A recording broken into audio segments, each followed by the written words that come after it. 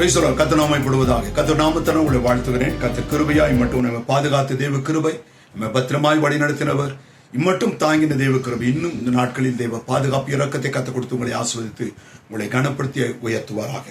இந்த நாளில் கர்த்தர் வசனத்தை நாம் தியானிப்போம். சங்கீத புஸ்தகம் 27 சங்கீதம் 14 வசனம் சொல்லியிருக்கிறது, கர்த்தருக்கு காத்திரு, அவர் உன் இருதயத்தில் ஸ்திரப்படுத்துவார். திடமனதாய் இருந்து கர்த்தருக்கே காத்திருன்னு சொல்லியிருக்கிறது. நம்முடைய வாழ்க்கையில் ஆவிக்குரியத்திலே நெருக்கத்தை மற்றும் தேவை மற்றும் சந்தோஷத்தில் எவை நடந்தாலும் நாம் கர்த்தரிடத்தில் காத்திருக்கக்கூடிய ஒரு மனநிலை உடையவளாக இருக்கும். அநேக நேரத்தில் நாம் சில நேரத்தில் மகிழ்ச்சி உண்டாகும் போது நாம் என்ன செய்கிறோம்? நம்முடைய உறவினர்களோடு கூட நேரங்களை செலவழிக்கிறோம், நம்முடைய நண்பர்களோடு கூட நேரங்களை செலவழிக்கிறோம். ஆனால் ஆவிக்குரிய தேவ பிள்ளைகளாக இருக்கிற நம்ம வாழ்க்கையில நாம் எந்த நிலையானால், நேரங்கள் நம்முடைய துக்கமானால், சந்தோஷமானால், மகிழ்ச்சியானாலும் அல்லது பலவிதமான மேன்மைகளை நாம் அடைந்த எந்த உயர்வு பெற்றாலும் நாம் நம்முடைய நேரங்கள் கர்த்தரிடத்தில் இருக்க முடியும். அந்த கர்த்தரிடத்தில் நேரத்தை செலவழித்த அந்நாடு வாழ்வு ஆசீர்வதிக்கப்பட்டது. அவருடைய இருதயத்தின் எல்லா தேவைகளும் கர்த்தர் அற்புதமாக சந்தித்தாராம். நம்முடைய வாழ்க்கையில் என்ன நடந்தாலும் நாம் தேவனிடத்தில் நாம் இருப்போம் என்றால் உண்மையாகவே கர்த்தர் எல்லா காலத்திலும் கர்த்தர் உயர்த்த வல்லவராக இருக்கிறார். நாம் எந்த காலத்தில் மறந்து விடக்கூடாது. நாம் நேரத்தை கர்த்தரிடத்தில் செலவிட வேண்டும். ஆம், சங்கீதங்கள் சொல்லும்போது மாத்திரமல்ல, ஆம், யோவான் எழுதுகிறார், ஆம், எது நிலைத்திருக்கிறதோ அல்லது செடியில் கொடி எந்த கொடி நிலைத்திருக்கிறதோ அதுதான் மிகுந்த கனிகளை கொடுக்கும். ஆகவே நம்முடைய செடி ஆகிய நம்முடைய வேராயிருக்கிற ஈசன் அடிமரத்தின் துளித்த அந்த தேவகுமாராகிய இயேசு கிறிஸ்து அந்த வேரிலே நாம் பதிக்கப்பட்டவளாய் இருக்கும் பொழுது, அவனுக்கு நாம் தங்கி இருக்கும்போது நிச்சயமா இந்த வாழ்க்கையில மகிமுண்டு. அந்த நிலைமையை கர்த்தர் உண்டாக்குவாராங்க. இங்க நான் நாளில் இந்த தியானிக்க தெரிந்து கொள்ள பகுதி காத்திரு. தேவப்பறை அநேக நேரத்தில் அநேக மக்கள் வேதத்திலே காத்திருந்தார்கள். காத்திருந்தவர்கள் ஆசீர்வதிக்கப்பட்டார்கள். சில நேரத்தில் காத்திருக்க தவறினவர்கள் என்னவாய் மாறினார், அவருடைய வாழ்க்கை என்னவாய் முடிந்தது சொல்லி சட்டம் நாம் தியானிக்கலாம். ஏனென்றால் அநேக நேரத்தில் நாம் காத்திருக்க நாம் தவறிவிடுகிறோம். அவசரங்கள், சூழ்நிலைகள், நெருக்கங்கள், பாரங்கள், பயங்கள், பதட்டங்கள் வாழ்க்கையில் உண்டாகும்போது நாம் அநேக நேரத்தில் நாம் தவறி விடுகிறோம். தேவப்பிள்ளை, நாம் எந்த காலத்தில் தவறக்கூடாது. பவுல் சொல்றார், நான் எப்பக்கத்தில் நெருக்கப்பட்டாலும் மனம் அடிந்து போவதில்லை. தேவனிடத்தில் நிதானமாய் ஆவிக்குரிய ஜீவிதத்திலே கற்றவன், ஆவிக்குரிய பலனை சொந்தெடுத்து கொண்டவன், அவன் பதறவே இல்லை என்றால் வேதம் அழக சொல்லி, நீதிமான் கர்த்தர் வசனம் நடக்கிறவன், கர்த்தர் வார்த்தையை கை கொள்கிறவன், அதில் உண்மையா இருக்கிறவன் எதற்கும் அவன் பதறவே மாட்டான். சத்துவங்கள் அசைக்கும் போது என்ன பண்ணுவான்? அவன் பதறம் ஆபத்துக்கு பயப்படாமல் அமைதியா இருப்பான் சொல்லி. அப்படின்னா ஆபத்துக்கு பயப்படாத அமைதியா இருக்கக்கூடிய ஒரு வாழ்வுதான் கர்த்தர் நமக்கு கொடுத்திருக்கிறான். அந்த இடத்துல நாம் எந்த நாட்களில் இந்த இடத்துல பதற வேண்டிய அவசியம் இல்லை. நம்ம கண்களில் பயங்கரமான காரியங்களை காண்கிறோம், செவிகள் பயங்கரமான சத்தங்களை செய்திகளை கேட்டுக்கொண்டு இருக்கிறது, இருதயங்கள் தத்தளிக்கிறது. எவைகள் நேரிட்டாலும் வாழ்க்கையில பயப்படாதீர்கள். ஆண்டவர் பூமியில் வரும்போது முதல் செய்தியை பயப்படாதீர்கள். ஆகவே ஒவ்வொரு நாளுக்கும் ஆண்டவர் 365 நாளுக்கு மேலாய் கர்த்தர் பயப்படாதீர்கள் சொல்லி 366 முறை வேதத்தில் எழுதப்பட்டிருக்கிறது. நம்ம அந்த வார்த்தையில் ஒவ்வொரு வார்த்தையும் ஒவ்வொரு என்றால் ஒரு சொட்டு ரத்தம் போதும் இந்த உலகத்து பூமியின் பாவங்கள் எல்லாம் மன்னிக்க. அத்தனை பெரிய ரத்தத்தை, அவ்வளவு ரத்தத்தை கொட்ட வேண்டிய அவசியம் ஒரு சொட்டு ரத்தம் என்றால். ஒரு மனுஷன் வேலைக்காரன் சுகவீனமா இருந்தான். அவன் ஆண்டவரிடத்தில் வந்து கேட்டான், ஆண்டவரே, என் வேலைக்காரன் சுகவீனமா இருக்கிறான், அவன் சுகமாக மரண அவஸ்தையில் மரண போராட்டத்தில் இருக்கிறான். அவன் நான் வந்து சுகமாக்குவேன் சொன்னான். அவன் சொன்னான், ஆண்டு வேண்டாம் ஆண்டவரே, நீ ஒரு வார்த்தை சொல்லும், என் வேலைக்காரன் பிழைப்பான். ஒரு வார்த்தைக்கே கர்த்தர் அவன் வாழ்க்கையாம் ஒரு வார்த்தை, அவன் அழுகி போன கண்கள், அழுகி போன இருதயம், அழுகி போன தோல், அழுகி போன எல்லாம் 4 நாள் நாரி போனதான் நிலைமைக்கு சரி. ஒரு வார்த்தையிலே அத்தனை அற்புதம் என்றால். இந்த உலகத்திலே ஒவ்வொன்றுக்கும் மருத்துவர் இருக்கிறார். கண்களுக்கு தனி மருத்துவர், இருதயம் தனி மருத்துவர், பலவிதமான சிறுநீரகத்துக்கு தனி மருத்துவர், எலும்புக்கு, இப்படியா ஒவ்வொருக்கும் ஒவ்வொரு மருத்துவரை நாட வேண்டும். ஒவ்வொருவரும் ஒன்றுக்கு பின்னாய் ஒன்றை ஒரே நேரத்தில் செய்வது, ஒன்றுக்கு பின்னாய் ஒன்றுதான் செய்கிறார்கள். ஆனால் தேவ வார்த்தை, ஒரே ஒரு வார்த்தை எல்லாவற்றையும் சகலத்தையும் மாற்றி அமைக்கக்கூடிய வல்லமை உள்ளதுதான் ஆண்டோட வார்த்தை. அந்த இடத்துல நாம் கர்த்தருக்காய் காத்திருப்போம். அவர் ஆகவேதான் வேதம் சொல்ல இருக்கிறது, காத்திருந்த வணிகர் உண்டு. ஆண்டவர் வாக்குத்தத்தத்தை கர்த்தர் ஆபிரகாம் கொடுத்தார், ஆனால் அவன் காத்திருந்தான். ஆண்டவர் தன் வாழ்க்கையில் தேவன் கொடுத்த வாக்குத்தத்தை நிறைவேற்ற காத்திருந்தான். ஒரு சில மாம்ச திட்டத்தில் அவன் தவறினதினால் அவன் பாடுகள் விட்டான். மிக வேதனை உள்ள குடும்பமாய் மாறினது, பல நெருக்கங்கள் உண்டானது. ஆனால் தேவனுடைய போல காத்திருந்து இப்படி அநேக மக்களை சொல்லிக் கொண்டான். எஸ்தர் தன் வாழ்க்கையில் தேவனுடைய திட்டம் நிறைவேற தன் வாழ்க்கையில் தனிமையானவள், அவளுக்கு யாருமே இல்லை, தகப்பன் இல்லை, தாய் இல்லை. ஆனால் தன் வாழ்க்கையில் மிருகங்கள் வளர்க்கப்பட்ட நிலைமையிலே மிக சூழ்நிலை மத்திலே தடுமாறி இருந்தான். ஆனால் அதோட பிள்ளை அப்படிப்பட்ட காத்திருக்கிற நிலைமை அவள் வாழ்க்கையில் ஒரு உயர்வுக்கு கொண்டு வந்தது. அப்படி இப்படி சொல்லிக்கொண்டே போகலாம். மோசே, ஆண்டவரே, மேகஸ்தம்பம் எழும்பாவிட்டால் நான் புறப்பட மாட்டேன். நீ உம்முடைய மேகம் எழுப்பினால் முடியாது, நான் இந்த இடத்தோடு எழும்ப மாட்டேன், நீ எனக்கு முன்னாடி சொல்லும் என்று சொன்னார். கர்த்தர் இப்படி அநேக தேவ பரிசுத்தவர்கள் தேவனுடைய பிரசன்னத்துக்காக, தேவ வழிநடத்தலுக்காக, தேவ ஆலோசனைக்காக, தேவ காரியங்களுக்காக காத்திருந்தார்கள். இதை விட மகிமையான ஒரு காரியம் தாவீது சொல்ல வேண்டும். அவள் வாழ்க்கை சொன்னார், அவன் எல்லாவற்றுக்காய் காத்திருந்தான். சொன்னார், நான் கர்த்தருக்காய் பொறுமையோடு காத்திருந்தேன், அவர் என்னிடமாய் சாய்ந்த. தேவன் எல்லாம் கேட்டார், ஆனால் தாவீதுக்கு அவரிடத்தில் சாய்ந்தாரா? இரண்டாவது வாழ்க்கை எல்லாவற்றுக்காக அவன் காத்திருந்தான். ஆலயத்தின் நிலை அருகிலே வாசப்படி நின்று காத்திருந்தான். அவருடைய சமூகத்தில் தங்கியிருப்பதை அவன் நாடினான். வசனத்துக்கு வாய் ஆயின்னு திறந்து காத்திருக்கிறேன், என்னை தேடின உண்மையே நோக்கி அப்படின்னா எல்லாவற்றுக்காய் தாவீது அவரை தேடினான். ஆகவே தான் தாவீது அப்படி இருதயத்துக்கு ஏற்றவனாய் மாறினான். இன்னைக்கு தாவீதை போல நீ நானும் அவர் இருதயத்துக்கு ஏற்றவனாய், அவரை போல பிரியமானவனாய், தாவீது பிடித்துக் கொண்ட அந்த இடத்தை நீ நானும் பிடித்துக் கொள்வதற்கு இன்னைக்கு நல்ல ஒரு வாய்ப்பை கர்த்தர் கொடுத்திருக்கிறார். நாம் அந்த வாய்ப்பை நாம் சரியாய் பயன்படுத்திக் கொள்வோம். கர்த்தர் நம்மை நிச்சயம் கனப்படுத்துவார். இதோட போல அந்த வாய்ப்பை இழந்து விட வேண்டாம், தவறவிட வேண்டாம். தயவு செய்து அந்த காலத்தில் மிக ஜாக்கிரதையாய், ஆண்டவரே, நான் தாவீதை போல என் வாழ்க்கையை அர்ப்பணிக்கிறேன், உம்முடைய சமூகத்தில் அவருடைய சிந்தனை உள்ளவனாய், அதே எண்ணம் உள்ளவனாய், அநேகத்தான் தாவீதை போல பாடுவேன், தாவீதை போல நடனம் ஆடுவேன், தாவீதை போல கை தட்டுவேன். பல விதத்தில் பாடல் பாடுகிறோம், ஆனால் வாய் சொல்லுகிறது, ஆனால் செய்கிறோமா? இல்லை. அவன் சமுதாயத்தை பார்க்கும் நடுவீதியிலே அவன் தன் ராஜ்ய பதவியை மறந்து, அநேக பெண்கள் தன் அரசாட்சிகள் கீழாயிருக்கிற அடிமைகள் அநேக மக்கள் உண்டு, அத்தனை மக்கள் முன்பதாய் அவன் நடனமாடினான். தன் மனைவி சவுலின் மகள் மீகால் அதை பார்த்து ஏளனம் பண்ணினார். ஒரு ராஜா, நீசனாயிருக்கிறாயே, இவ்வளவு கேவலமாய் நீ கீழே இறங்குவாயான்னு சொல்லி கேட்டான். அந்த தேவன் சொன்னான், என் தேவனை எங்கேயோ நான் காட்டில் இருந்து என்னை நான் அறியாத ஜனத்திமத்தில் என்னை ராஜா உயர்த்தின தேவன், இதை விட இன்னும் நீசராய் நான் மாறுவேன் சொல்லி அவன் தன் வாழ்க்கையை தேவனுக்கு காரணால் தன்னை உயர்த்தினவர் அவர். எனக்கு உனக்கு அவளுடைய கிருபை கொடுக்கிற நல்ல தேவன். அவருக்கு அவர் காத்திருந்தான், அவருக்காய் எல்லாவற்றையும் ஒப்புடுத்தான். அவன் சொன்னான், அவன் தன் வாழ்க்கையில் உண்டான் காத்திருந்து மாத்திரம் தனக்கு உண்டான எல்லாவற்றையும் அவருக்கே கொடுத்தான். அவனை போல இந்த பூமியிலே பழைய ஏற்பாட்டு பரிசுத்தமுள்ள மகிமையாய் அவருக்காய் வாழ்ந்தவர்கள் சிலர் சொல்ல முடியாது. இப்படிப்பட்ட நிலைமையை தன் வாழ்க்கை எல்லாம் அவருக்கு. ஆபிரகாம் கூட தன் ஆஸ்திகளை எல்லாம் தன் பிள்ளைகளை விட்டு போனான். ஆனால் தாவீது தன் ஆஸ்திகளில் தன் பிள்ளைகளுக்கு வைக்கவில்லை, அத்தனையும் தேவனுக்காய், தேவ ஆலயத்துக்காய் எல்லாவற்றையும் கொடுத்தான். அதுதான் வாழ்க்கையை தேவன் இருதயத்துக்கு ஏற்றவனாய் மாறினான். இன்றைக்கும் காத்திரு என்கிற ஒரு வார்த்தை தேவப்பிள்ளை நான் சற்று ஒருவனை வாசிக்கலாம். 1 சாமுவேல் புஸ்தகம் 10ஆம் அதிகாரத்தில் சொல்லப்படும் ஒரு காரியம். ஆண்டவர் தேவ சமூகத்திலே அவன் யார்? அவன் முன்குறிக்கப்பட்ட தேவரான் முன்குறிக்கப்பட்ட உலகத்துக்கு தெரியாது. அவன் தன் தகப்பன் கழுதை காணவில்லை என்று சொல்லி கழுதையை தேடி தகப்புடைய வார்த்தையை, தகப்புடைய பாரத்தை, தகப்புடைய மனவேதனையை மாற்றுவதற்காய் தகப்பன் சொன்ன, மகனே, நம்முடைய கழுதை தொலைந்து விட்டது, போய் கண்டுபிடித்து வா சொல்லி அவனை அனுப்புகிறார். தன் வேலையாட்களோடு புறப்பட்டு போகிறான். தேடுகிறான், எங்கு கழுதை இல்லை. ஒவ்வொரு பட்டணமாய் கடந்து போகிறான், ஆனால் எங்கேயும் அந்த கழுதை இல்லை. ஆனால் கடைசியாய் அவன் வாழ்க்கையில அவன் சோர்ந்து போய் இனிமேல் கழுதை தேட முடியாது சொல்லி வீட்டுக்கு திரும்பலாம் என்கிற நேரத்தில் அவன் சொல்லுகிற ஒரு வார்த்தை, இங்கே ஒருவர் உண்டு, அவன் எல்லாவற்றையும் சொல்லுவான், அவன் ஞானதிஷ்டிக்காரன், அவன் தீர்க்கதரிசி. அந்த வார்த்தை கேட்டவுடனே, ஏன் இவ்வளவு தூரம் வந்து விட்டமே, போய்விடலாம் சொல்லும்போது அவன் கையில் ஒன்றுமில்லை. ஒரு தீர்க்கதரிசி, ஒரு ஞானதிஷ்டிக்காரனை பதில் கேட்பதற்கு வெறுமையாய் போகக்கூடாது. அநேக நேரத்தில் நம்முடைய வாழ்க்கையை தேவ சமூகத்தை நாம் சந்திக்கும் போது வெறுங்கையாய் நாம் நிற்கக்கூடாது. கர்த்தர் எப்பொழுது கர்த்தத்தில் ஏதாகிலும் ஒன்று கர்த்தரத்தில் படைக்கக்கூடிய, கொடுக்கக்கூடிய, செலுத்தக்கூடிய ஒன்றாய் நாம் இருக்க. அவன் வாழ்க்கையை அவன் சென்றான், தன் வாழ்க்கை அவனுக்கு கொடுப்பதற்கு இடத்து இல்லையே. அப்போது தன் வேலைக்காரர் சொல்கிறான், இடத்துல சிலாப்பம் இருக்கிறது, சில காரியம் அவனே நாம் அதை காணிக்காய் கொடுக்கலாமே என்று சொல்லும்போது சரி என்று புறப்பட்டு போகிறான். இதற்கு முன்னே போங்கள், அங்கேதான் அவன் காத்திருக்கான்னு சொல்லும் போது இவன் போகிறான். வரும்போதே கர்த்தர் சொன்னார், நான் ஒருவனை அனுப்புகிறேன். அவன் நேர்த்தியே சொன்னான், ஒருவனை அனுப்புவேன். அவன் வரும்போது சாமுவேல் என்று ஒரு இருக்கிறார், ஞானதிஷ்டிக்காரன் இருக்கிறாரா? அவன் வருகிறான். சாமுவேல் அவரே சொல்றான், வாரும், மேலே முன்னே போகும். ஐயா, சாமுவேல் என்று இருக்கிறான், வாரும். அவன் உள்ளே அழைத்து சொன்னான், தான் சாமுவேல். அப்ப அப்படின்றால் அவனை அழைத்து அவனுக்காக சாமுவேல் கர்த்தர் அவனுக்காய் காத்திருக்க வைத்தார். ஏன் தெரியுமா?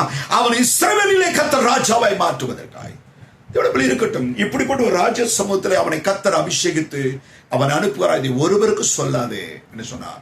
அவன் வாழ்க்கையில் திரும்ப போகும்போது இதெல்லாம் உனக்கு சம்பவிக்கும் என்று 10ஆம் அதிகாரத்தில் பல காரியங்கள் சொல்கிறார். நீ போவாய், இப்படி போகும்போது ராகேலின் கல்லறிடத்திலே ஒரு காண்பாய். அங்கே வரும்போது அங்கே என்ன செய்வாய், ஒரு 2 பேரை காண்பாய்.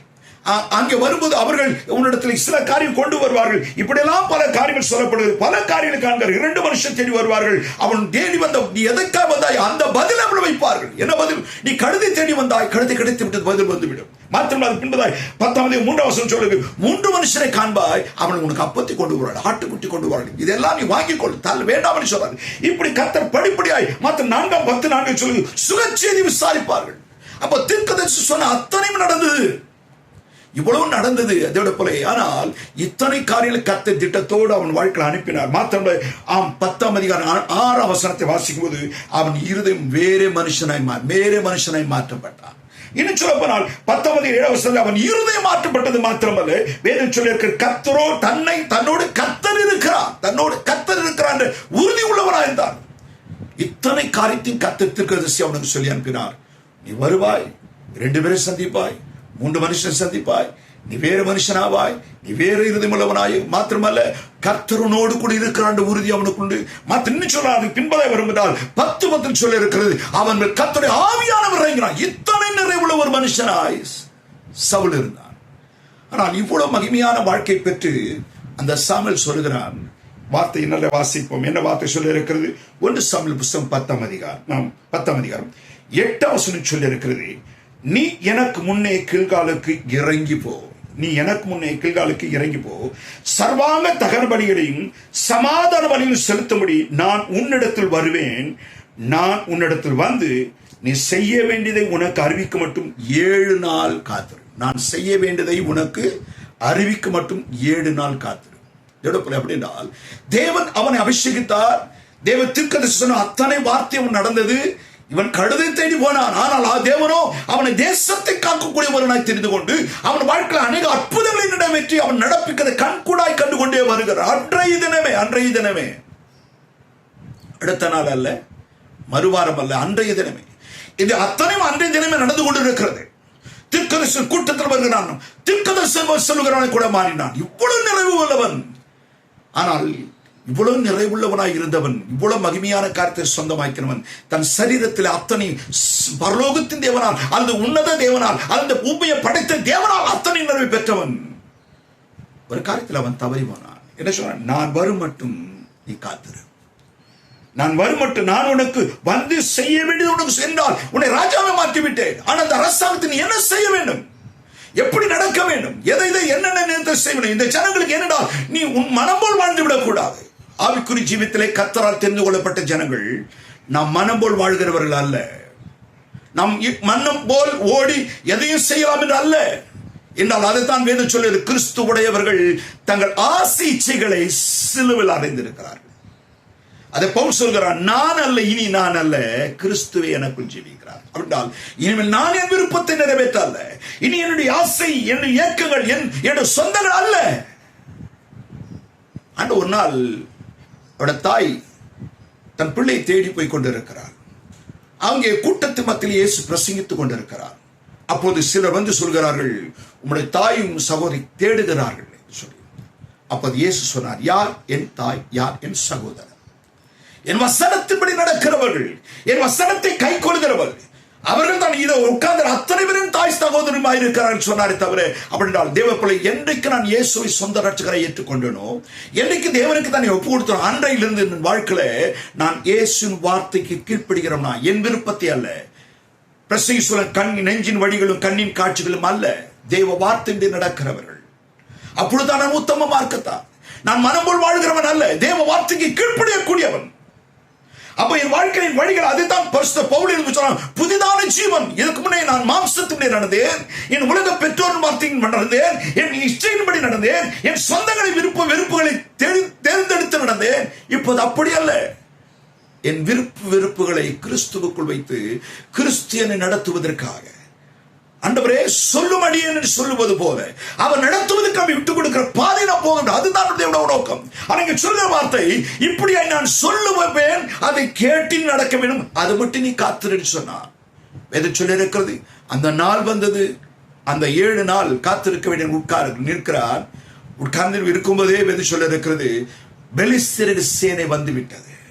அந்த சத்தம் அதிகமாய் எழும்பினது. பொழுது விடியக்கூடிய காரியம் வெளுக்க ஆரம்பித்து விட்டது. இந்த நாளில் சவுல் பயப்படுகிறான். ஜனங்கள் எல்லாம் குகைக்கு ஓடுகிறார், அங்கு ஓடுகிறார், இங்கு ஓடுகிறார்கள், எல்லாம் ஓடிக்கொண்டிருக்கிறார்கள். ஜனங்கள் தன்னை விட்டு ஓடி விடுவார்கள். நடை கவனித்துக் கொள்ளுங்கள். அவன் அபிஷேகிக்கப்பட்ட போது அவன் யாரும் இல்லாத நேரத்தில் கர்த்தர் அவன் அபிஷேகித்தார். ஜனமில்லை, சிங்காசனம் இல்லை, அரண்மனை இல்லை, எந்த அதிகாரம் இல்லை. ஆனால் கர்த்தர் அவனை ராஜாக அபிஷேகித்தார். ஒன்றுமில்லாத இருந்து ஒரு அபிஷேகித்து அவனை ஒருவனை சந்திக்க, 2 பேரை சந்திக்க, 3 பேரை சந்திக்க, அவர் கூட்டத்தை சந்திக்க, அவர் திரளான தீர்க்கதரிசி கூட்டத்துக்குள் வந்து இப்படி அவன் கூட்டத்தை பிரிக்கிறவர் கர்த்தர். அவன் வாழ்க்கையின் அரசாங்கத்தை விரிவுபடுத்தினவர் கர்த்தர்.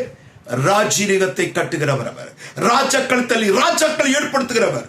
ஆகவே அவரை உயர்த்துகிறவர், அவரை கூட்டுகிறவர் என்றால் அவர் தான் இவனை ராஜாவாக்கினார், இவர் அல்ல. அப்படினால் அவர் ராஜாவாக்கினார், அவர் அதை செய்ய வல்லவர்.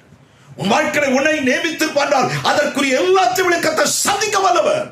வெறுமையாய் அழைத்த ஆபிரகாமை கர்த்தர் அவன் வெறுமையானவனை சொல்லி அவன் புலம்ப வைக்கவில்லை. அவனை சீமானா மாற்றி கர்த்தருக்கு மகிமையான மாறினான். அவன் சீமானை மாறும்போது பொருளாசையில் தன் கவனம் செலுத்த மனமில்லை, ஆண்டவரையே தேடினான்.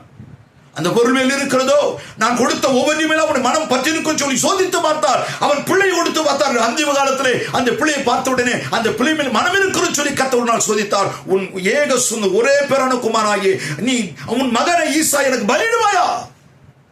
இந்த வார்த்தை கேட்டவுடன் அவன் வேதம் சொல்ல இருக்கிறது, தன் மாம்சத்தோடு தீர்மானிக்கவில்லை, தனக்கு கிடைத்த மனைவியோடு ஆலோசனை பண்ணவில்லை. உடனே புறப்பட்டான். ஆண்டவரே நீ எதை கேட்டாலும் நான் கொடுப்பேன் ஆண்டவரே. ஏன் தெரியுமா? தாவீதை போல எல்லாம் அவரால் வந்தது அவனுக்கும். ஆகவே தான் அவனும் அந்த பொருட்கள் மேலே தோற்றத்தின் மேலே தன் கவனத்தை செலுத்தவில்லை. ஆண்டவருடைய பிள்ளையா இருக்கிற நீ நானும் எந்த காலத்தில் உலகம் பதவி கிடைக்கலாம், வேலை கிடைக்கலாம், வசதி கிடைக்கலாம், இதெல்லாம் ஆண்டவர் கொடுக்கிறவைகள். இது ஆண்டவர் கொடுக்கிற மேலும் அதை வைத்து விடாதே. உன் கண்கள் எப்போதும் அவரை நோக்கி இருக்கட்டும். எல்லாம் ஒன்றும் யோபின் வாழ்வில் எல்லாம் அழிந்து போனது. அவன் வாழ்க்கை கட்டினவர் அல்லவா? பின்னிலைமை மிக இருக்க ஆசுவாதமான பின்னு எல்லாம் குறைந்து போகும். இளைய குமாருக்கு அது நிறைவுள்ளவனாய் புறப்பட்டான். எல்லாம் குறைந்து பன்னியின் மத்தியில் கொண்டு போய் விட்டது. வாழ்க்கையில் எல்லாம் ஒன்றும் இல்லாமல் போய்விட்டான். எல்லாம் ஒரே நாள் எல்லாம் அழிந்து விட்டு யோபின் வாழ்விலும். ஆனால் வேதம் அவன் வாழ்க்கையை கர்த்தருடைய சமூகத்திலே காத்து, ஆண்டவரே நீர் என்னை கட்ட வல்லவர், என்னை உயர்த்த வல்லவர். ஆனால் இந்த சரீரத்தினால், இந்த வாயினால், என் ஜீவனால் உனக்கு நான் வேதனையோ தூஷணமோ செய்ய மாட்டேன். கர்த்தர் கொடுத்தார் என்று சொல்ற உறுதியோடு வாழ்ந்தான். கர்த்தர் கொடுப்பார். ஆகவே தான் வாழ்க்கை தன் நண்பர்களாமல் தூஷிக்கும் போது கூட தன் வாயினால் அவன் பிழை சொல்லவில்லை. அவளுக்கு செபித்தான். நடந்தது என்ன தெரியுமா? கர்த்தர் முன்னிலைமை காட்டின் பின்னிலைமை கர்த்தர் அதிகமாக இரட்டிப்பாய் கர்த்தர் ஆசீர்வதித்தார். அந்த இடத்துல என்னால் உயர்த்துகிறவர் கர்த்தர், மேன்மைப்படுத்துகிறவர் கர்த்தர். ஆம், சங்கீத காற்று என் பாத்திரம் நிரம்பி வழிகிறது சொல். யோபின் வாழ்க்கை நிரப்பினவர் கர்த்தர். யாரெல்லாம் தூஷித்தாலும், யாரெல்லாம் ஏசினார், யாரெல்லாம் அத்தனை பேரும் வந்து அவனை வாழ்த்தினார்கள். அத்தனை பேரும் வெள்ளி உடைமை பொன்னுடைமை கொடுத்து விட்டு போனார்கள். இதை விட உன் வாழ்க்கையை கர்த்தர் உயர்த்துகிறவர். ஆனால் இந்த சவுல் தன் வாழ்க்கை என்ன நடந்தது? கர்த்தருடைய மனுஷன் சொன்னான், கர்த்தரால் சாமுவேல் சவுலை அபிஷேகித்தான். இப்போ தேவன் சொன்ன வார்த்தையின்படியாய் சவுல் சாமுவேலோட வார்த்தை கீழ்ப்படிந்திருக்க வேண்டும். நீ கர்த்தர் என்று சொன்ன, நீ செய்ய வேண்டியது சொல்வேன். ஆனால் செய்ய வேண்டியது சொல்லும் என்பதாக செயல்பட்டு ஆரம்பித்து விட்டான். அவைக்குரிய ஜீவித்தல கூட சொன்னதை செய்யுங்கள். ஏனென்றால் யோவான் 2ஆம் அதிகாரத்தில் சொன்னதை செய்யப்பட்டு காத்திருக்கிறார்கள். சொல்லுகிறதை சொல்லும்படியாக காத்திருந்தார்கள். சொன்ன உடனே செய்தார்கள். அவர்கள் ஆயத்தம் பண்ணிவிட்டு சொல்லட்டும் அதற்கு முன்பதாக எதையும் செய்யவில்லை. தனி நிரப்பிடுவோம், அந்த பொருளை திராட்சத்தை கொண்டு திராட்சை பழத்தை கொண்டு வந்துடுவோம், அது எல்லாவற்றையும் கொண்டு வருவோம், அதுக்கு ஒரு பொருட்களை கொண்டு வந்துடுவோம். அவர் சொன்ன உடனே போட்டு கலைக்கிவிடும். இல்லை இல்லை, அவர் சொல்லும் மட்டும் எல்லாம் வெறுமையாய் தான் இருந்தது. தேவன் எந்த காரியத்தை வைத்து செய்கிறவல்ல, அவர் செய்வது எல்லாம் அவர் விரும்புவதை வைத்து செய்ய விரும்புகிறார். உங்கள் வாழ்க்கையில் இதோட போல எந்த காரியத்திலும் நீங்களாய் தீர்மானிக்காதீர்கள். கர்த்தர் ஆகவேத்தான் வசனம் அழகாய் செய்கிறது, வழியை அவரிடத்தில் ஒப்புவி, அவர் மேல் மகிழ்ச்சியார், அவரே காரியத்தை வாய்க்க செய்வார். நம் அனைவரத்திலே நாம் அந்நேரத்திலே ஒப்பு கொடுக்கிறோம், நாமே செய்கிறோம். வேண்டாம், ஆண்டவர்களை ஒப்பு கொடுங்கள், அவர் செய்யும் மட்டும் காத்திருங்கள். இந்த சவுல் தன் வாழ்க்கையை என்ன செய்தான்? அந்த காலத்தில் தகப்புடைய கவனத்து கட்டளைக்கு கீழ்ப்படினார். ஆனால் தேவ கட்டளைக்கு தவறி போனார். வாழ்க்கை சொல்ல இருக்கிறது 7 நாள். 1 சாமுவேல் 13ஆம் அதிகாரம் 8ஆம் வசனம் சொல்ல இருக்கிறது 7 நாள் காத்திருந்தவன் அந்த கடைசி நிமிஷம் சாமுவேல் வரவில்லை. ஆனால் இன்னும் கொஞ்சம் காத்து பொழுது விடிந்தாலும் பரவாயில்லை இருக்கட்டுமே. ஆனால் கடைசி நிமிஷத்தில் வாழ்க்கையை பதற ஆரம்பித்தான். நடந்தது என்ன? வேதம், அவன் பலியெல்லாம் செலுத்தி முடிக்கிறான். முடிந்த பின் சாமுவேல் வருகிறான். நடக்க படித்துக் ஏன் இது நடந்தது, ஏன் இப்படி சம்பவித்தது என்று சொல்லி நாம் சற்று சிந்திப்போம் என்றால், வேதம் சொல்ல இருக்கிற தேவன் சில நேரத்தில் நாம் அவர் சொன்ன வார்த்தைக்கு கீழ்ப்படுகிறோமா இல்லையா, தேவ சத்தத்துக்கு நாம் முழுமையாய் நம் மனதை செலுத்துகிறோமா இல்லையா என்பதை கவனிப்பதற்காக சில நேரத்தில் இந்த நாட்களில் நாம் அனைவரத்தில் பதறி விடுகிறோம். என் வாழ்க்கையில் 13ஆம் அதிகாரம் 5ஆம் வசனம், பெலிஸ்தரோடு யுத்தம் பண்ண முடியும் 30,000 ரதங்களோடும் 6,000 குதிரை வீரர்களோடும் கடற்கரை மனத்தினையா ஜனங்களோடு கூடிக்கொண்டு வந்து எத்தேவலுக்கு கிழக்காக மிக்மாசில் நினைச்சார்கள் பாலம் இறங்கினார்கள். இந்த வந்தவுடனே அவனோட பதட்டம் வாழ்க்கையில் நடந்தது என்ன? பதட்டத்தினால் அவசரப்பட்டு தேவன் ஊழியக்காரன் ஆசாரியன் செய்ய வேண்டிய வேலையை இவன் செய்யார். இன்னைக்கு நிறைய பேர் அனுப்பிதான் தேவன் கொடுத்த வேலை உன் என்ன வேலையோ அதனை செய். உன் வேலையில் மிஞ்சி உன் வாழ்க்கையை வந்து விடாது. அது ஒருவரை நீ நினைக்கலாம் நான் செய்து விட்டேன், அவர் செய்யும் முன்னே சொல்லும் முன்னே செய்து விட்டேன் நினைத்து விடாது. கர்த்தர் செய்யாத கர்த்தர் நடாத நாட்டெல்லாம் பிடிக்கப்படும். கர்த்தர் நடு சொன்னது மாத்திரமே, செய்ய சொன்னதுதான். அங்கே தண்ணீர் நிரப்புகள் சொன்னார், மண்டு பின்புதான் நடக்கும் போதுதான் அந்த திராட்சரசமாய் இனிமையுள்ளதாய் மாறினது. சொல்லும் முன்னே ஊற்றப்பட்ட தண்ணீர் அல்ல, எடுத்து கொடு சொல்லும் முன்னே கொடுத்த தண்ணீர் அல்ல, சொன்ன பின் செய்தது. இன்னைக்கு சொன்ன பின் செய்த கற்றுக்கொள், உன் வாழ்க்கை மகிமையாய் மாறும், உன் ஆவிக்குரிய ஜீவன் கனமுள்ளதாய் மாறும், உன் குடும்பம் கனமுள்ளதாய் மாறும், நீங்கள் இருக்கிற இடங்களிலே ஆசீர்வாதம் உள்ளவர்களாய் மாறும். சொன்ன பின் எந்த காலத்தில் நீங்களாய் முன் வர வேண்டாம், யோசிக்க வேண்டாம். என்றால் மனுஷத்தரை எண்ணங்கள் அவருடைய வழிகள் வாய்க்கிறது, அந்த வாய்க்க செய்கிறவர் கர்த்தர். நம்ம பல விதமான எண்ணங்கள் நமக்குள் வரலாம், தெளிவாயிருப்போம். இங்க நடக்கிற என்ன காரியம், ஏன் ஆண்டவர் இதை அனுமதித்தார், ஏன் சாமுவேல் பின்னதாய் வந்தார் என்று சொல்லி சற்று யோசிப்பார்கள். இதை குறித்து ஏசாயா சொல்லும் போது, ஏசாயா 41ஆம் அதிகாரம் 17ஆம் வசனம், ஏசாயா 41:17, சிறுமையும் எளிமையமானவர்கள் தண்ணீரை தேடி அதை கிடையாமல் அவள் நாவு தாகத்தால் வறளும் போது கர்த்தராகிய நான் அவளுக்கு செவி கொடுத்து இஸ்ரவேல் தேவனாகிய நான் அவளை கைவிடாதிருப்பேன் சொன்ன. அப்போ கர்த்தன் உன்னை தேடும் போது ஆண்டவர் நீ பதில் கிடைக்காவிட்டாலும் நான் வறளும் போது உனக்கு செவி கொடுக்கிறவன். ஒரு நாள் உன்னை பதற விடுகிற தேவன் அல்ல. நான் வளருகிறதா வறண்டு போகிறதா கவலைப்படாது, அந்த நேரத்தில் செவி கொடுக்கிற தேவன் உண்டு. அப்படின்னால் இவன் பதறுகிறான், பதறவிடால் நான் வரும்போது செவி கொடுக்க ஒரு தேவன் உண்டு என்றால் நீ பதறும் போது உனக்கு பதில் கொடுக்க தேவன் உண்டு அல்லவா? பதற வேண்டாம். அவர் உன் கண்கள் மேலே நோக்கி கொண்டிருக்கிறது. நீ அவரால் அபிஷேகிக்கப்பட்டாய், நீ அவரால் தெரிந்து கொள்ளப்பட்டாய், நீ அவரால் ராஜாவானாய், நீ அவரால் நாட்களில் நீ முன்னே நிற்கப்படும் 7 நாள் காத்து சொல்லப்பட்டாய். அப்படின்ற அவர் வார்த்தை நீ நிற்கும் போது உனக்கு எல்லாவற்றையும் செய்ய அவர் காத்திருக்கிறார்.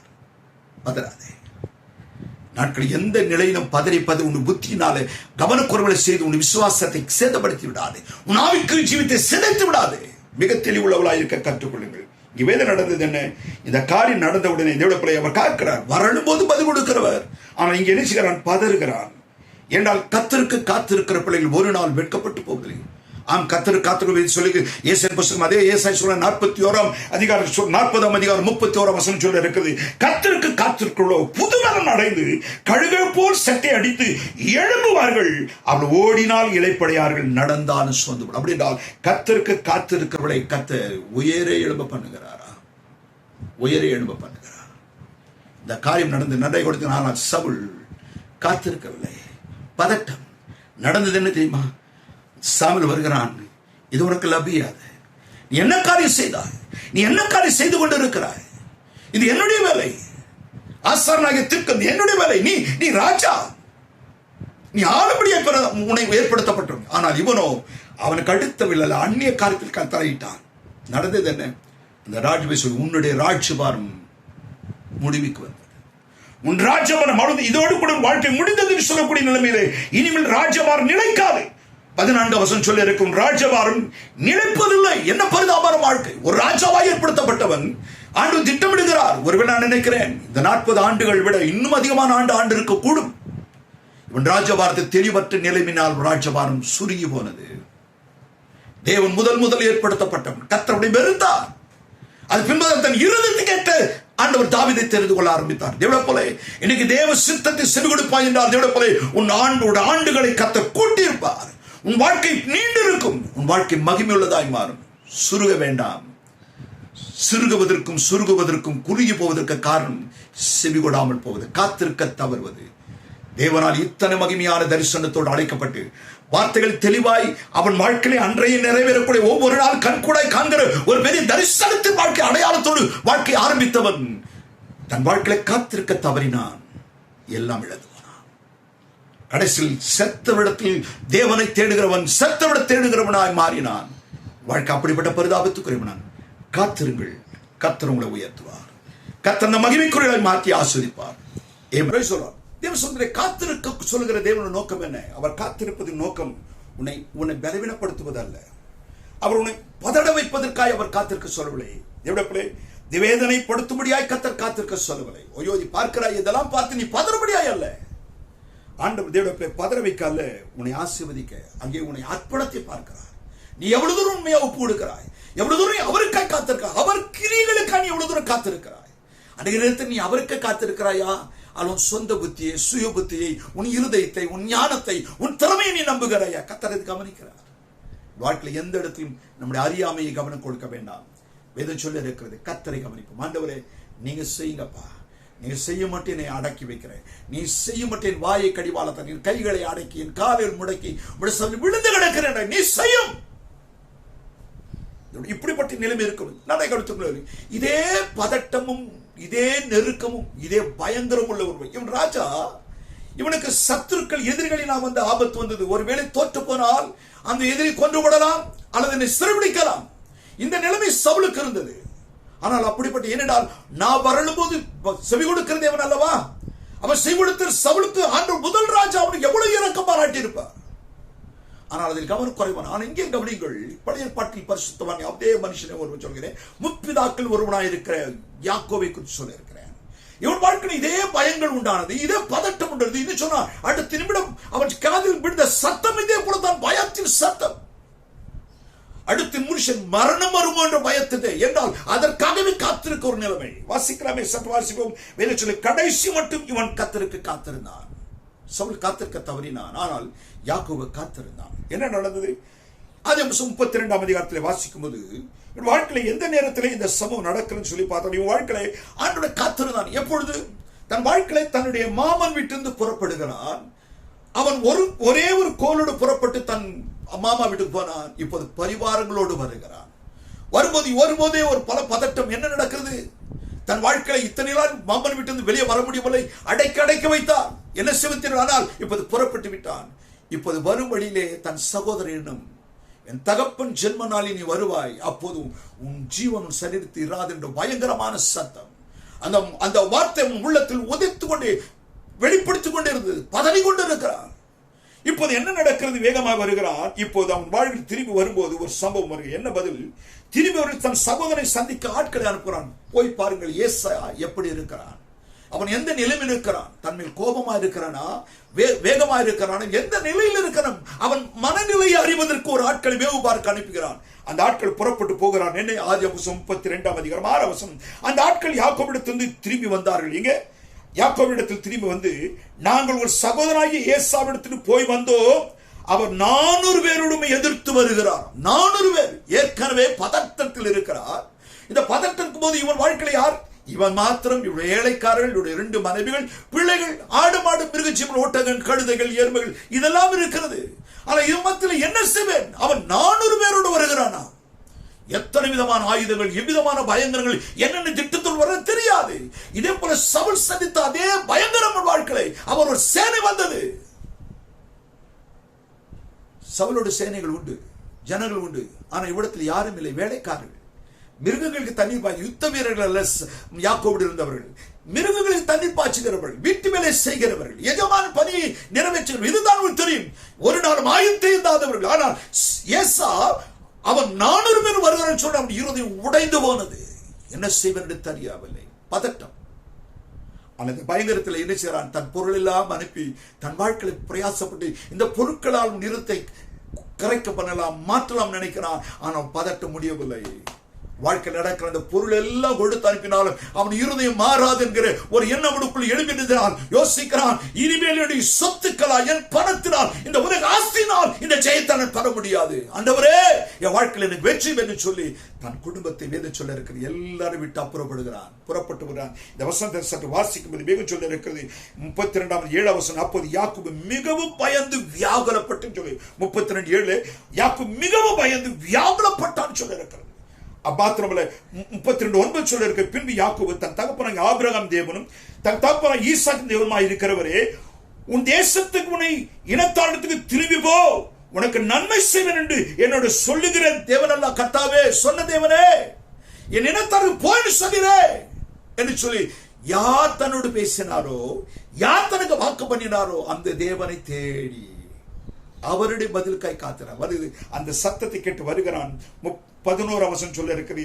என் சகோதரன் ஏசாவின் கைக்கு என்னை தப்பிக்கவும் அவன் வந்து என் பிள்ளைகளையும் தன் தாய்மார்களையும் முறியடிப்பான் என்று நான் பயப்படுகிறேன் ஆண்டவரே, என் குடும்பத்தை எல்லாம் அடிப்பான் பயப்படுறேன் என்று சொல்லி அந்த பயத்தை யாரிடத்து முறையிட்டான் தெரியுமா?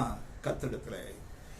அந்த இடத்துல சொல்லிட்டு அந்த 13 வசனம், அந்த ராத்திரியிலே தன் சகோதரருக்கெல்லாம் எல்லாம் அனுப்பிவிட்டு மனம் உடைந்து போனான். இப்போது அந்த ராத்திரி எல்லாம் படுத்து உறங்குகிற நேரம், சரீர கலைப்புகள், பிரயாணத்தில் வந்து கொண்டிருக்கிற மாடுகளின் ஒட்டங்களின் கழுதை எல்லாம் மேய்த்து கொண்டு தளர்ந்து போன நேரம்.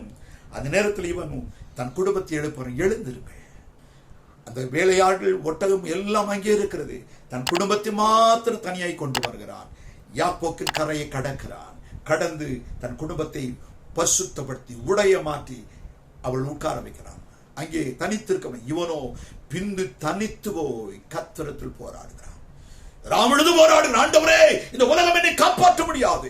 நான் சம்பாதித்த ஆஸ்திகள், என் ஞானத்தினால், புத்தியினால், ஆண்டவர் அறிவினால் ஒன்றுமே விடுவிக்க முடியாது. உம்மை தவிர விடுதலை யாராலும் முடியாது சொல்லி கர்த்தரை தேட ஆரம்பித்தான்.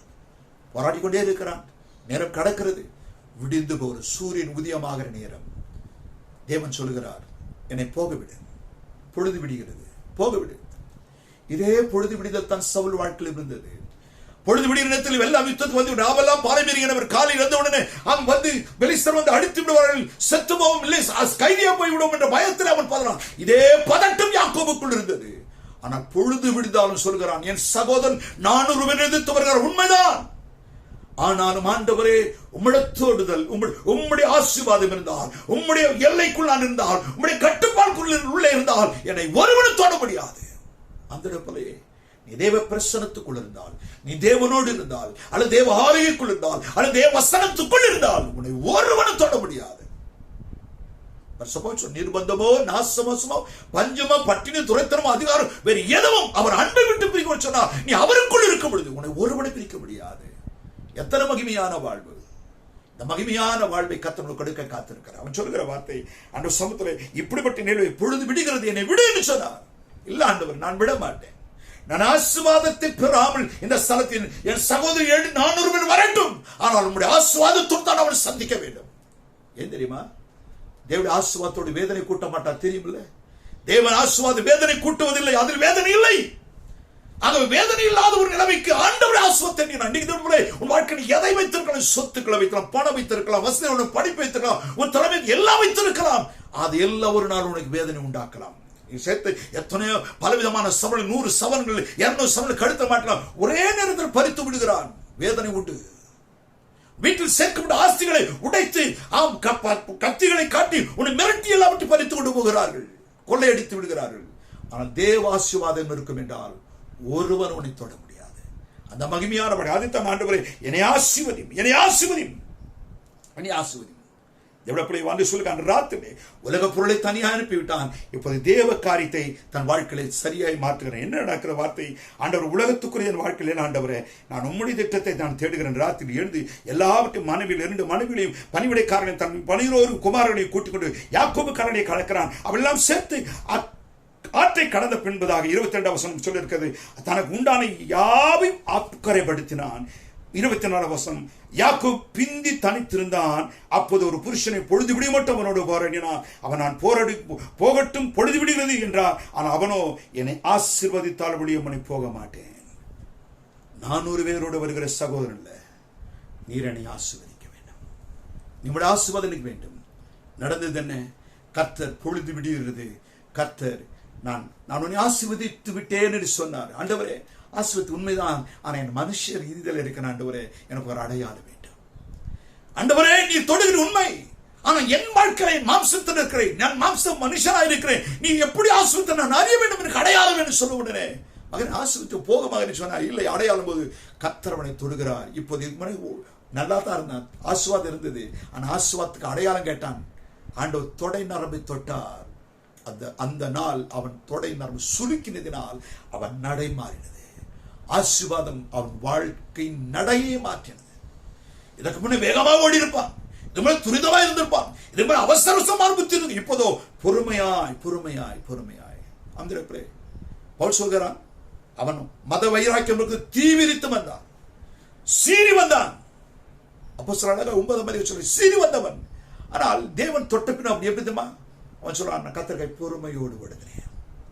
கிறிஸ்துவ வாழ்க்கை அவசரம் அல்ல, ஆத்திரம் அல்ல, வேகம் அல்ல, பொறுமை. உனக்கு நியமிக்கப்பட்ட ஓட்டத்தில் பொறுமையோடு விடுவது. ஏன் நிதானம்? நீ தெளிவு. நான் ஓட்டப்பந்து ஓடுகிறவர்கள் வேகமாய் ஓடு. ஆரம்பத்தில் பந்தயத்தை ஓடுகிற உடனே அந்த சத்தம் கேட்டவுடன் எல்லாரும் வேகமாக ஓடுவார்கள். ஓட ஓட ஓட பலன் குறைந்து கடைசி சுற்றிலே தடுமாறுவார்கள். ஆனால் நேர்த்தியாய் ஓடுகிறவன், ஞானமாய் ஓடுகிறவன், ஓட்டப்பந்தய பயிற்சி பெற்ற முதல் ஓட்டத்தை பொறுமையா விடுவான், இரண்டாம் ஓட்டத்தை கொஞ்சம் நிதானமாய், அது பின்பாய் மாற்றமாய், அந்த கடைசி அந்த முந்தின அந்த ஓட்டத்தில் தான் அதிக வேகத்தில். அப்போது எல்லாரும் சோர்ந்து வைப்பார்கள். ஆனால் இவன் அதிக வேகத்தை ஏறினால் அப்போது அவனுக்கு மூச்சு திணறல் வராது, தடுமாற மாட்டான். ஆவிக்குரிய ஜீவித்தில் கூட கத்தப்பலை எந்த விதத்திலும் பிசாசுக்கு வேகத்தை காட்டி, அதிக இன்பத்தை காட்டி, அதிக மகிழ்ச்சி காட்டி உன்னை வேகப்படுத்தி விடுவான். ஆனால் தேவன் அப்படி அல்ல. பொறுமையாய் பொறுமையாய் பொறுமையாய் பொறுமையாய். கானான் ஊரில் ருசி குறைந்ததை தான் கொடுத்தான், ஆனால் அவர் கொடுத்தது இனிமையானது. உன்னை பொறுமையை ஓட வைப்பார். கவலைப்படாதே, கவலைப்படாதே. அவன் ஓடுகிறான், அவன் ஜெயித்தான், கவலைப்படாதே. உன்னை தொட்டவர் தேவன். இடப்பலே சவுல் காத்திருக்க தவறினான், ராஜபாரத்தை இழந்தான். ஆனால் யாக்கோபு காத்திருந்தான். என்ன சொல்லி அவன் காத்திருந்தான். என்ன நடந்தது? அவன் 400 பேர் வந்த சகோதரனை சந்தித்தவன் அவனை கொலைவரியோடு கூட கொன்று விடுவான் நினைத்தவன். அவன் சொன்னான், ஆஸ்தி எல்லாம் எடுத்துக்கொள்ளும் என்று சொன்னான். இல்லை, எனக்கு ஆஸ்தி எல்லாம் இருக்கிறது. ஒருவேளை அந்த பாதி ஆஸ்தி அவனுக்கு போயிருந்தால் அவன் பாதி தான் இருந்திருக்கும்.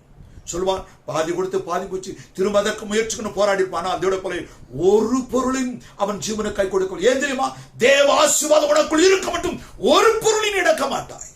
இந்த உலக பொருளையோ உன்னுடைய கொடுத்த ஆசீர்வாதம் அல்ல, தேவன் கொடுக்கிற ஆசீர்வாதம் இந்த உலகத்தால் வாங்க முடியாது, இந்த உலகத்தால் எதையும் சம்பாதிக்க முடியாது. அவர் கொடுக்கிற ஆசீர்வாதம் அவருடையது. அந்த அவருடையதில் எந்த உலக பொருளோ எந்த காரியமாதில் சேர்க்க விரும்ப மாட்டார். அப்படிப்பட்ட கவனம் அல்ல தேவன். தேவனுடையவர் உன்னை அப்படி ஆசீர்வதிக்க விரும்புகிறார். நீ சவுலை போல இருக்க விரும்புகிறாயா, அல்லது காத்திருந்து யாக்கோபை போல வெற்றி பெற போகிறாயா? அவன் எல்லாவற்றையும் மீட்டுக்கொண்டான். அவனுடையதாக இருந்தது. அந்த பயங்கரம் மாறினது. கர்த்தர் வேதனையும் வெறுப்பையும் கசப்பை மாற்றி அன்பாய் மாற்றினார். இன்னைக்கு கர்த்தர் ராஜ்யத்துக்கு இதோட போல இந்த உலக வாழ்க்கை விருத்து கர்த்தருக்கு வாழ ஆரம்பி. கர்த்தர் வருகை சமீபம். உன் வாழ்க்கையில் இந்த உலகத்தில் உன் பலத்தை நம்பி ஓடாது, கர்த்தரை நம்பி வாடு. அப்போது அப்படிப்பட்டவர்களுக்கு தான் தேவ சித்தம் நடக்கிறது, தான் பரலோகம் திறக்கப்படும். வருகையில் அவரோடு கூட ராஜ்யத்தை ஆளுகை செய்வதற்கு, அவர் திறப்பதற்கு அவர் சித்தத்தை நிறைவேற்றி கர்த்தருடைய ஆசீர்வாதம். நல்ல பிதாவே, மகிமையின் சமத்தில் நிற்கிறோம். எங்களை ஆசீர்வதிக்க காத்திருக்கிற தேவன், நாங்கள் மாம்சத்தையோ எங்கள் புத்தியோ நம்பாதபடி தேவனை நம்பவும், தேவனை சார்ந்து கொள்ள கத்திருக்கிற செய்யும். நம்முடைய சித்தத்தில் நடக்கிறவர்களுக்கு ஆண்டவரே, நீ ஒன்றை இழக்க வைக்கிறவல்ல, எல்லா நிறைவு கொடுக்கிற தேவன் ஆண்டவரே. அந்த மகிமையுடைய பிள்ளைகளை ஆசீர்வதித்து கனப்படுத்துகிறாங்க. எந்த கிருவினால் நிரப்பி காத்துக்கொள்ளும். நாங்கள் சவலை போல நாங்கள் எங்கள் ராஜ்யத்தை எங்கள் ஆளுகை இழந்து விடாதபடி மோடு ஆளக்கூடிய வாய்ப்பை யாக்கோபை போல பொழுது விடுந்தாலும் அதே பயம், அதே வேதனை, அதே பதட்டம், அதே மரண பயம் வந்தாலும் அவன் பதறாமல் தேவனிடத்தில் ஆசீர்வாதத்தை கேட்டது போல உம்மிடத்தில் நாங்கள் ஆசீர்வாதத்தை பெற்று நாங்கள் நிறைவை பெற்று வளர எங்களுக்கு கிருபைத்தார். இந்த பூமியிலே உம்மால் ஜெயித்து வெற்றி பெற கர்த்தர் கிருபை காத்தும். இந்த சத்தத்தை கேட்கிற அத்தனை பேருக்கும் ஒரு பலவீனமா இருக்கலாம், வியாதி இருக்கலாம், குடும்ப பிரச்சனை இருக்கலாம், பிரிவிற்கு அத்தனை கர்த்தர் மாற்றிக் கொள்கிறாங்க. ஆசீர்வதியும் வழி நடத்து உயர்த்தும். இயேசுவின் நாமத்தில் ஜெபிக்க நல்ல பிதாவே, ஆமென். என் ஆத்துமாவே கர்த்தரை ஸ்தோத்திரி, என் முழுவலோடு சுத்த நாமத்தை ஸ்தோத்திரி. என் ஆத்துமாவே கர்த்தரை ஸ்தோத்திரி, அவர் செய்த சகலவரும் மறவாதே. ஆமென். கர்த்தராகிய இயேசு கிறிஸ்துவின் கிருபை, பிதாவாகிய தேவனுடைய அன்பும் பரிசுத்த ஆவியானவரும் இன்றும் என்று சதாகாலமும் இந்த வார்த்தைகளை ஒவ்வொரு மேலும் நிலைத்திருந்து ஆசீர்வதித்து யாக்கோபை போல நிறைவுள்ளவனாய் மாற்றி ஆசீர்வதிப்பாராக. ஆமென். ஆமென். கர்த்தருடைய ஆசீர்வாதம் தேவ மகிமையோடு இருப்பதாக.